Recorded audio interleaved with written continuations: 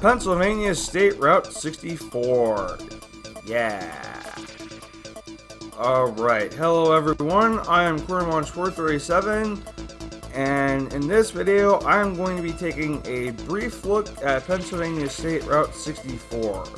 The reason I chose to do this route for this video is because I got inspired by the Dirtpog and the Xavier 456, who both did a controlled city about a route, and they made a video about them really quickly. So I wanted to try the same thing with Pennsylvania State Route 64 because it's a very short state route near my house, and I thought it would be fun to try and do.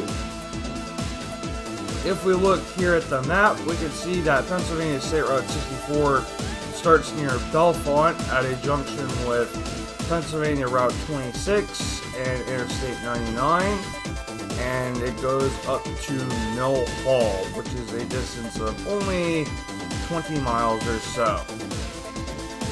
If you enjoy what you see here today, please be sure to leave a like on the video. If you have any feedback for me, or if you want to discuss this route any further, please leave a comment down below. And if you really enjoyed it, please be sure to subscribe and turn on notifications. So without further ado, let's start talking about Pennsylvania Route 64 going northbound. So, as I mentioned, Pennsylvania 64 starts at this junction where you can turn left to go to Pennsylvania Route 26 and Interstate 99, which is also to Interstate 80, or you can go straight ahead to start Pennsylvania 64 as it gets signed for Zion, and 26, 99, and 220, they all get signed for Interstate 80 and State College. Here is our first reassurance keystone, as we also get our first mileage sign. Although Zion is actually not listed on it, we instead get Lamar and Lock Haven, and Lock Haven will be on the bottom line for the entire route. In fact, basically all of the mileage signs we will see will look like this. Lamar is our secondary and Lock Haven is our primary. Now, Pennsylvania Route 64 actually doesn't go to Lock Haven, but I'll talk a bit more about why it's on there in a bit. We have passed Zion now at this point, and we got another mileage sign, same places once again, now 4 miles closer. And here in, well, this is a little bit before Lamar, but we are meeting Pennsylvania Route 445, and it gets signed for Milheim, because if you go right, it'll take you over to Milheim, and that's actually where that route ends. And then we got another mileage sign, once again, Lamar now only 2 miles away, and Lock Haven, once again, is still on the bottom line, 12 miles away. We meet Interstate 80, and of course, it gets its terrible control cities that it usually gets in this part of the state, as always. And then, after leaving that intersection, we get another mileage sign, and now we get Mill Hall on the top line at 5 miles away, once again where the route ends. And Lock Haven is on there because Pennsylvania 64 ends at Pennsylvania 150, and 150 is the one that'll actually take you to Lock Haven, so that's why we get it on there. And, you know, Lock Haven is actually like the only thing of size that 64 goes remotely near. We're meeting Pennsylvania Route 477 here, and it gets really both of the places that it goes to along its entire route, because it's also another really short state route. And again, we can see that we are still getting signed for Lock Haven. This is reflected on the last mileage sign that we see. Now we're only 1 mile away from Mill Hall, and Lock Haven is again on the bottom line 4 miles away. Also, we can actually see US 220 there in the distance, so that's pretty cool. And now we come to our junction with Pennsylvania 150, and we will end Pennsylvania 64. And here is a better look at the signs that you can see at the intersection itself. So, with all that said, now we will start talking about southbound Pennsylvania State Route 64.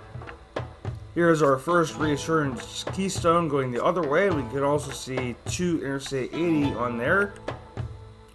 I wanted to show this because US 220 meets PA 477 at the same place where we meet it, and at the northern end of Pennsylvania 477, US 220 gets signed for Lock Haven northbound and State College southbound. But if we remember from Xavier's US 220 video, going southbound after this intersection, we see this terrible mileage sign with Milesburg on the top line at 23 miles away and Bellefonte on the bottom line at 23 miles away. So State College just completely disappears. Why? If you had it signed at the interchange, why wouldn't you sign on the mileage sign? Now, the reason I bring that up is because when we meet Pennsylvania 477, where 477 actually ends, we now get signed for State College. So why is 220 getting the bad control cities and the state route gets a good control city? Why are you favoring PA 64? Seems like, oh my goodness, PennDOT, what are you doing? Oh, I can't take it anymore.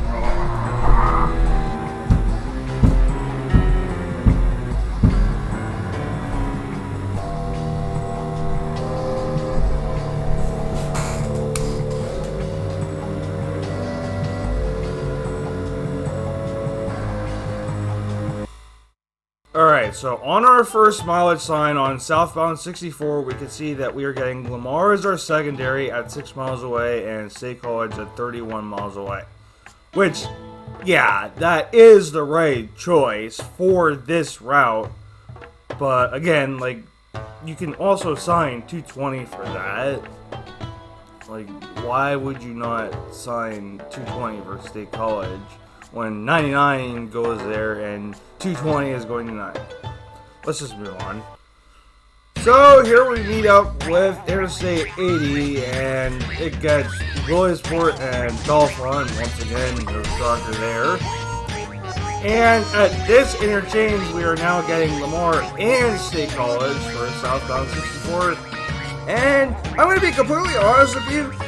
In this case, I actually completely disagree with putting State College on the side, because if you were coming from Interstate 80 going eastbound west of State College or Bellefonte, all that jazz, if you were going to State College, you would have just gotten off at Interstate 99.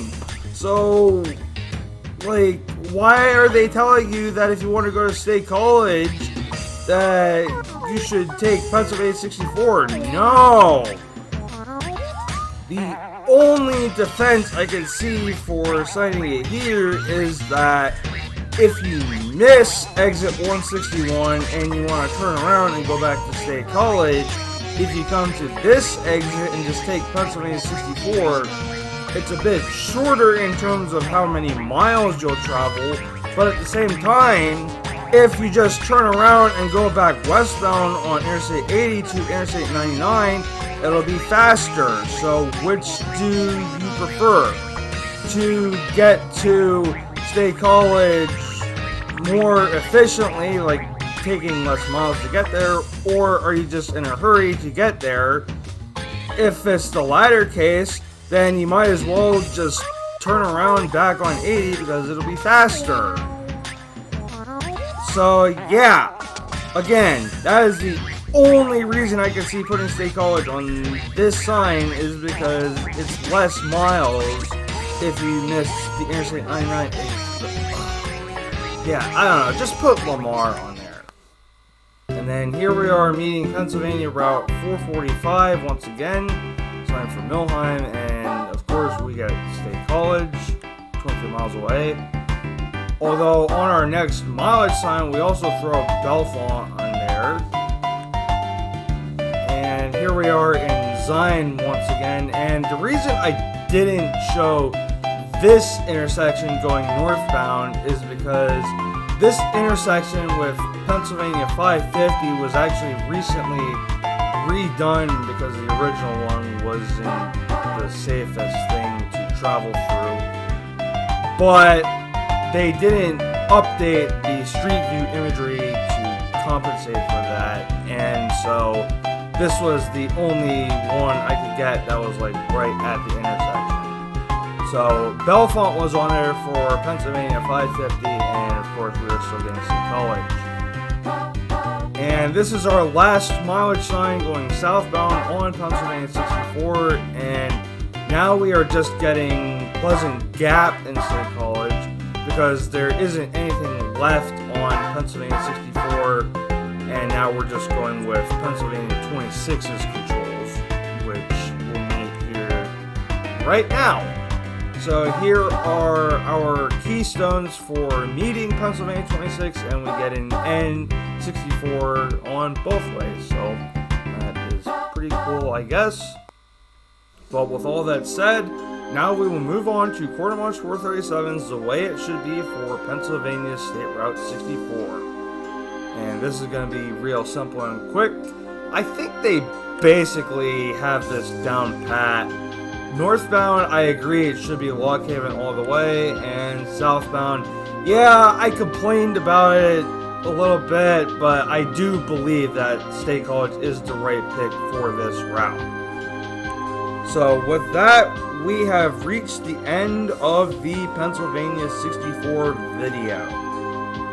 Next up will be the continuation of US 19 southbound, and then after that I'm going to take a little break from that series as I'm going to do North Carolina Route 42 as sort of a tribute to the Dirtbog, who inspired me to make these videos and has been a great friend of mine. So, thank you for watching. Be sure to like, comment, subscribe, all the things as always. And until the next video, everyone, I will see you then. Peace. Have a good one.